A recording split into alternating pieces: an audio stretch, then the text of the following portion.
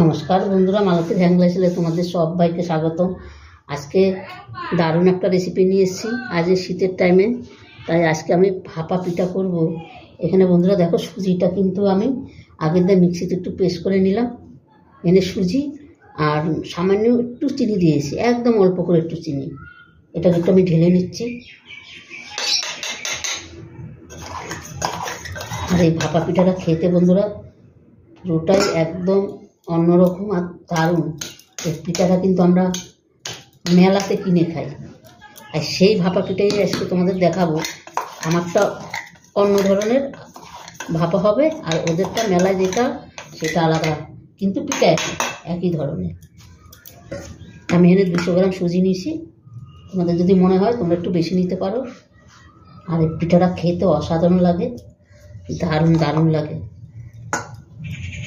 এখানে দিয়ে দিলাম একদম অল্প করে একটু লবণ, একদম 1 চিমটি লবণ দিয়ে দিলাম। এটা একটু ভালো করে মিশিয়ে নিচ্ছি। তারপর দিয়ে দেবো দুধ। এটা যদি তোমরা মনে করো জল দিয়ে করবে, জল দিয়েও করতে পারো। দুধ দিয়ে করলে দুধের স্বাদটা দারুণ আসে। অল্প অল্প করে দুধ দিয়ে এটাকে মাখিয়ে নিচ্ছি, একসাথে দেবো না। একসাথে দিয়ে দিলে মাখাটা ভালো হবে না, কম বেশি হতে পারে, কেন এটা একদম একটু গাঢ় একটা ব্যাটার তৈরি হবে।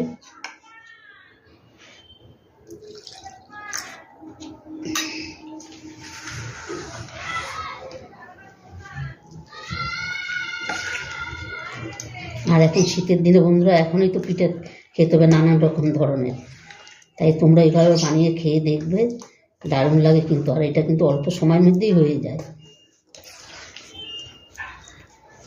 আর এটা বানানো একদমই সহজ। তোমরা রেসিপিটা পুরো দেখতে থাকো, একদম সহজ একটা পদ্ধতিতে তোমাদের দেখাচ্ছি।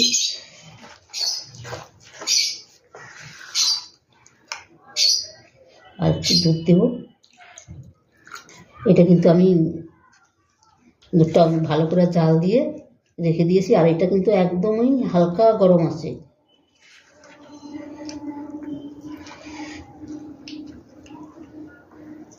আর আমি এখন দুধ কোনো দেবো না, এবার আমি এটাকে রেখে দেবো।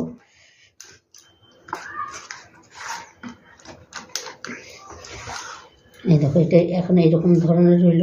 এরপরে এটা কিন্তু আরও সুজি তো একটু গাঢ় হয়ে যাবে। এটাকে আমি ঢাকা দিয়ে 5 মিনিট রেখে দিচ্ছি। 5 মিনিট বাদে ঘুরে আসছি, আর তোমরা পুরো ভিডিওটা দেখতে থাকো, দারুণ লাগবে কিন্তু। বন্ধুরা দেখো, 10 মিনিট বাদে কিন্তু আমি ফিরে আসলাম। আর আমার ব্যাটারটা দেখো আগের দিয়ে একটু গাঢ় হয়ে গেছে।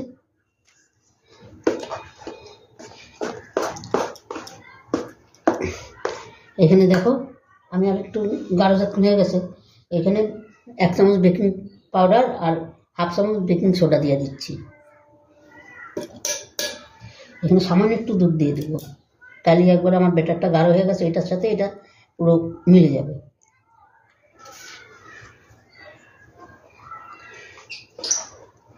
আর বন্ধুরা এটা যখন দিয়ে দেবে ওই বেকিং পাউডার বেকিং সোডা, তখন কিন্তু আর বেশি সময় রাখা যাবে না। ব্যাটারটা কিন্তু বেশ সুন্দর এবার একটা হালকা হয়ে যাবে।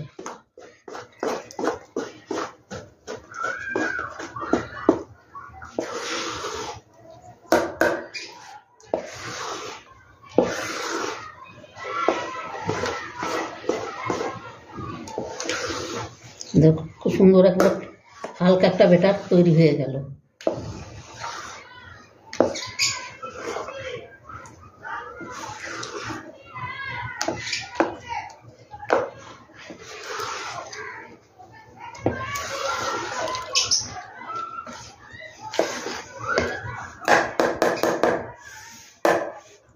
এবার এখানে দেখো একটা আমি প্যান নিয়ে নিছি। এটার মধ্যে আমি একদম সামান্য একটু তেল দিয়ে একটা কাপড় দিয়ে ভালো করে মুছে নিলাম। এবার একটা করে এটার মধ্যে আমি দিয়ে দেবো।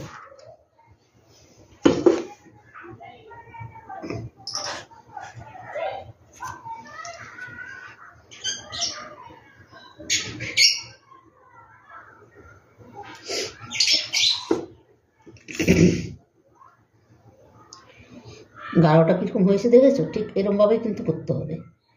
এর থেকে পাতলা করলে কিন্তু পিঠাটা ভালো হবে না।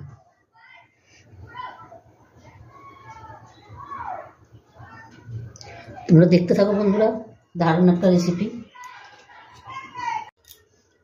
বন্ধুরা সবকটাই কিন্তু আবার দেওয়া হয়ে গেছে। এবার যে পুরটা আমি তৈরি করে রেখেছি সেই পুরটা এবার দিয়ে দেবো।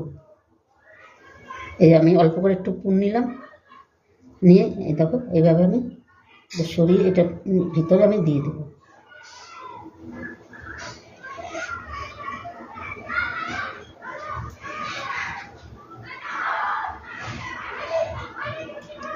এইভাবে করে করে আমি দিয়ে দিচ্ছি। একটু হাতটা ধুয়ে নিতে হবে।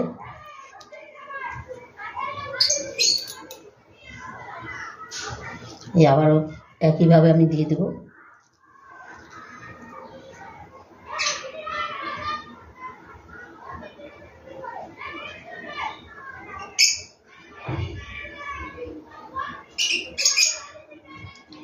এই একইভাবে সম্পূর্ণ পুরটা আমি সবকটা পিঠার মধ্যে আমি দিয়ে দিচ্ছি।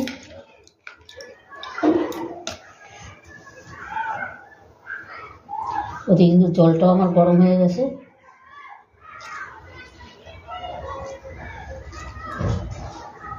পুরটা কিন্তু গোল করে দিয়ে দিচ্ছি। একটু ঢাকা দিয়ে দিতে হবে, নাহলে পুরটা তো উপরেই উঠে যাবে।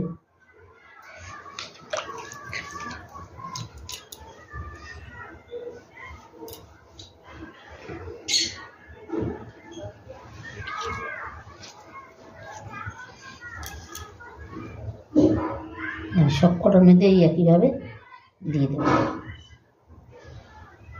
চামচ দিয়েও ঢাকাটা দিয়ে দিতে পারো, কিন্তু হাত দিয়ে দিয়ে দিচ্ছি, চটপট হয়ে যাবে।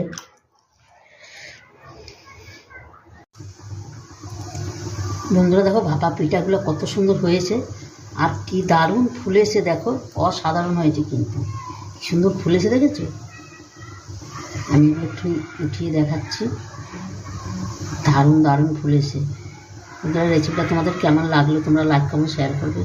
বাও! আর এই শীতের দিনে ঝটপট করে এইভাবে ভাপা পিঠা তোমরা তৈরি করে খেয়ে দেখবে, দারুণ একটা অসাধারণ একটা পিঠে। দেখো দেখো কত সুন্দর, আর এত সুন্দর নরম। ওরে বাবা!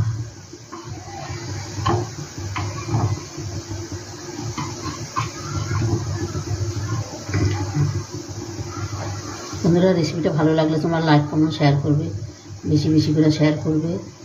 আমার ইউটিউবে নতুন বন্ধু থাকলে প্লিজ প্লিজ আমার চ্যানেলটা একটা সাবস্ক্রাইবার করে দিবে। তোমাদের একটা লাইক একটা শেয়ারে কিন্তু আমাদের অনেক দূর আগিয়ে নিয়ে যায়। কি দারুণ হয়েছে, অনেক অসাধারণ হয়েছে, অসাধারণ। এটা আমি নামিয়ে দিচ্ছি, আমার হয়ে গেছে। এই সাইডেরটা একটু এসে আছে, এগুলো মাঝখানে দিয়ে দিই, তাড়াতাড়ি হয়ে যাবে।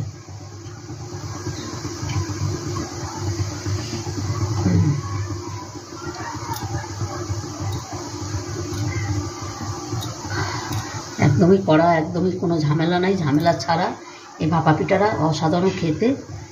আর দেখো ওই যে পুরটা দিয়েছি, পুরটাও দেখা যাচ্ছে কত সুন্দর।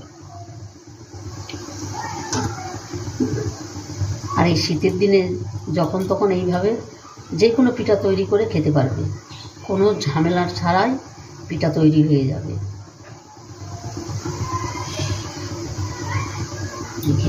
নামিয়ে দিচ্ছি, দেখো কত সুন্দর হয়েছে, দেখো জালিদারও হয়েছে ভিতরে, বেশ সুন্দর।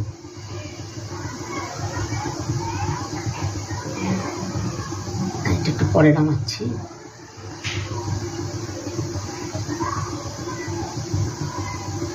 বন্ধুরা রেসিপিটা ভালো লাগলে তোমরা লাইক কমেন্ট শেয়ার করবে, বেশি বেশি করে শেয়ার করবে।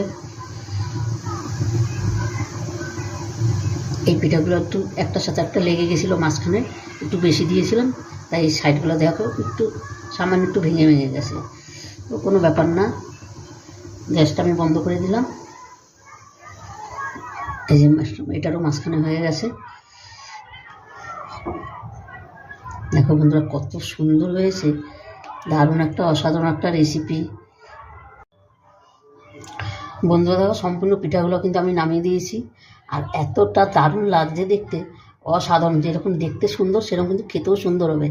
দারুণ একটা রেসিপি বন্ধুরা, তোমরা এইভাবে অন্তপক্ষে একবার করে খেয়ে দেখবে, অসাধারণ লাগে কিন্তু, 100তে 100 গ্যারান্টি। আর কত সুন্দর হয়েছে পিঠাগুলো দেখো, দারুণ। এর ভিতরে কিন্তু জালিদারও হয়েছে, দারুণ। তোমাদের একটা আমি ভেঙে দেখাচ্ছি, একদম নরম তুলতুলে। দেখো ভিতরে কতটা জালিদার আর কত সুন্দর নরম পুরো। দেখো দারুণ একটা রেসিপি কিন্তু বন্ধুরা, এইভাবে একবার তৈরি করে খেয়ে দেখবে, একদম মুখে লেগে থাকবে। আর একটা খাইলে কিন্তু তোমাদের পোষাবে না বন্ধুরা, খেতে ঠিক করবে, শুধু খেতেই মন চাবে। এই পিঠাটাই তখন বলবে এই পিঠাটাই তৈরি করে দাও, আর কোনো পিঠা চাই না, মানে এতটাই দারুণ লাগে। অবশ্যই প্লিজ এইভাবে একবার তৈরি করে খেয়ে দেখো বন্ধুরা, দারুণ লাগলো আমার। আমি 100তে 100 গ্যারান্টি নিলাম, মানে অসাধারণ একটা পিঠা, খেয়ে মুখে লেগে থাকবে। কোনো লোকজন আসলে ঝটপটও এই পিঠাটা কিন্তু তৈরি হয়ে যায়।